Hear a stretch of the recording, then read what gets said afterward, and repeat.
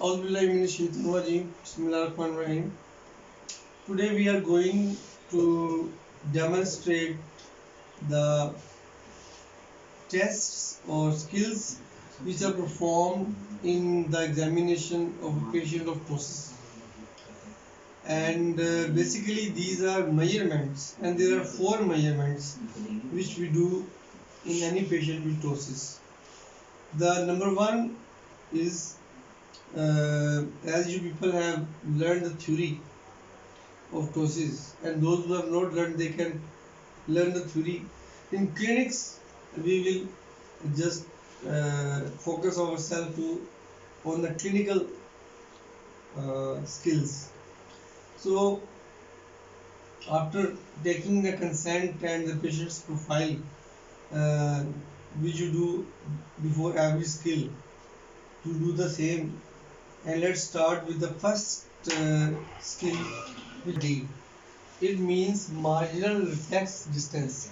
It is the distance between the upper eyelid margin and the corneal reflex on the cornea, which is produced by the shine of this light.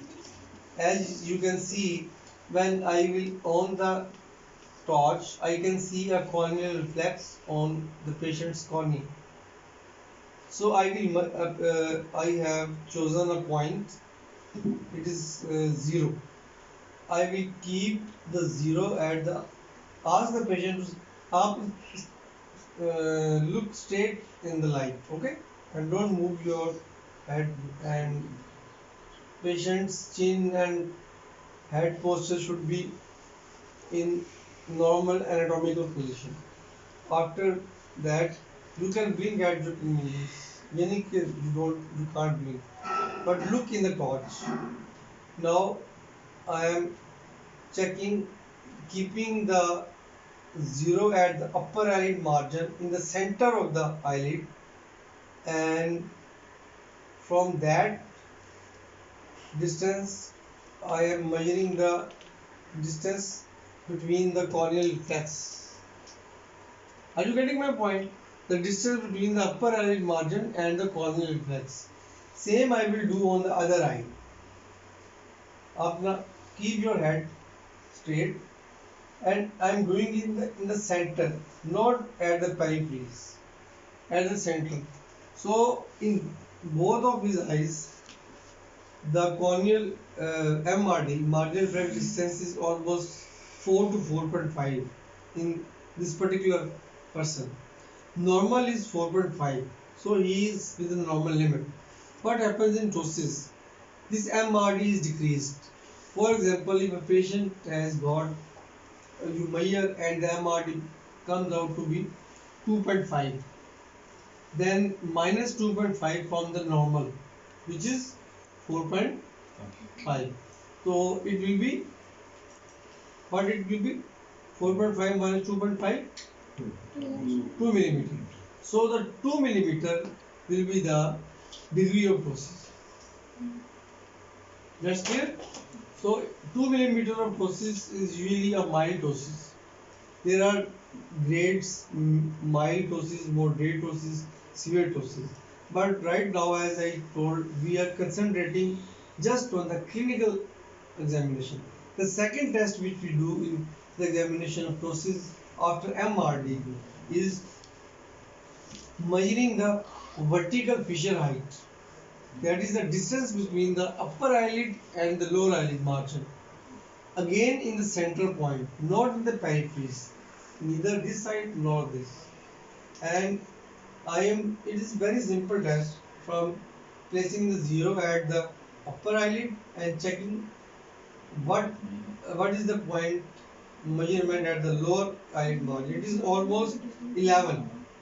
I am checking on the other eye, it is 12. So the normal vertical fissure height is between 10 to 12 mm of mercury. So it is a thing of common sense that when a patient's eye droops or ptosis develops,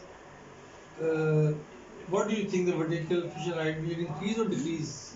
It will decrease. So it may become 5 or 6. So It is the other test. The third test is to check the upper eyelid crease. You can see uh, here when I look down, you can see a crease at my upper eyelid. This crease is because of the insertion of the aponeurotic fibers of levator palpebrae superioris, which make this uh, crease. 90% of the fibers go and attach to the upper and anterior part of the tarsal plate, and the remaining 10% uh, insert directly into the skin, making this crease. Now we will ask the patient to be in the right position and look down. Do not move your head, just look down. Yes. Now I can see the crease. In some patients it is very prominent, in some it is not so, depending upon how much the fibers are inserted. So here I will measure the distance between the crease and upper eyelid margin. Getting my point? So it is almost 10. On the left side it is also 10. So it is also between 10 to 12 mm mercury. 10 to 12 mm millimeter. Let's resume. So after, what is the significance of lid crease? Lid crease is absent in congenital ptosis. As you know, I told you just a few seconds before that it is made by insertion of the levator aponeurosis, and in ptosis, which is congenital, the muscle is dysmyogenic, so it is not properly developed. So the fibers are not inserted and lid crease is absent. This happens in the simple myogenic congenital ptosis. The other significance of upper eyelid crease is in senile ptosis. In senile ptosis, what happens? The inserted fibers become disinserted from the skin because of aging. And what causes that? The upper eyelid crease increases. It increases from 10 to maybe 16, 17 and goes down, goes back, because the aponeurotic fibers which are detaching, they pull the lid crease there. So you might see some old people with sunken eyes. So it causes aponeurotic ptosis.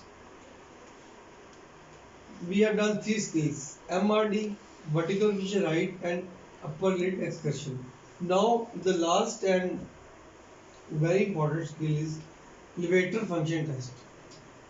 It is very important because our management of the patient of the ptosis, which is mostly surgical, depends on the function of the levator, that how much levator is functional.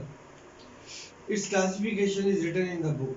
It can be as poor, as low as poor, less than 4 millimeter, or it should be normal, more than 15 mm, 15 millimeter. How? What does it mean? Let me perform. Uh, you will ask the patient to keep the head in the proper anatomical uh, uh, space position and look down as far as you can. Now place your, I'm looking his left eye. I'm placing my thumb on his left eyebrow, right? And I will keep, for example, this number 4 on the transparent ruler at the margin of the upper eyelid. Okay? Yes. While he is looking down.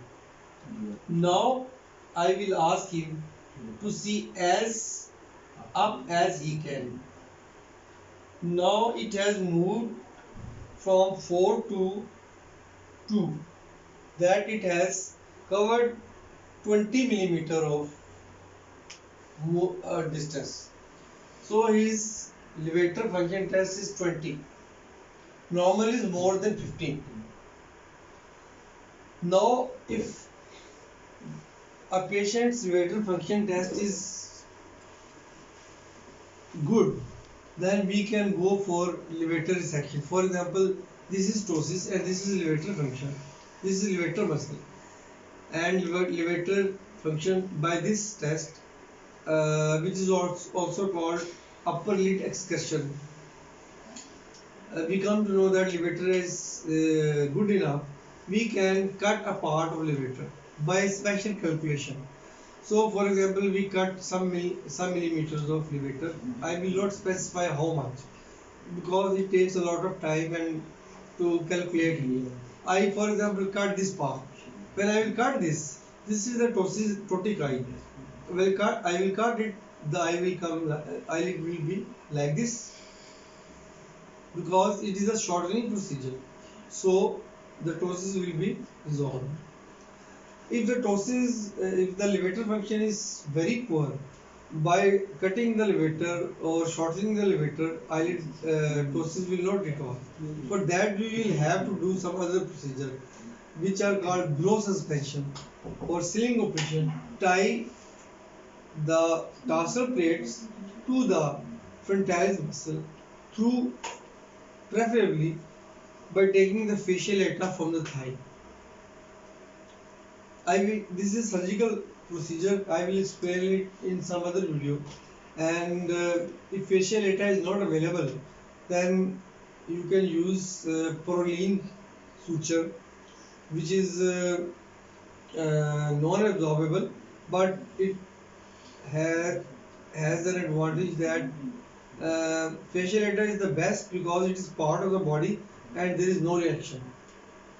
And I easily accept it because it is of the same person. And the in if you have to use proline for reasons, then proline is better because of other sutures because it has the least reaction after facial later. So it is preferable, and that is what is all about the examination of process. Thank you very much.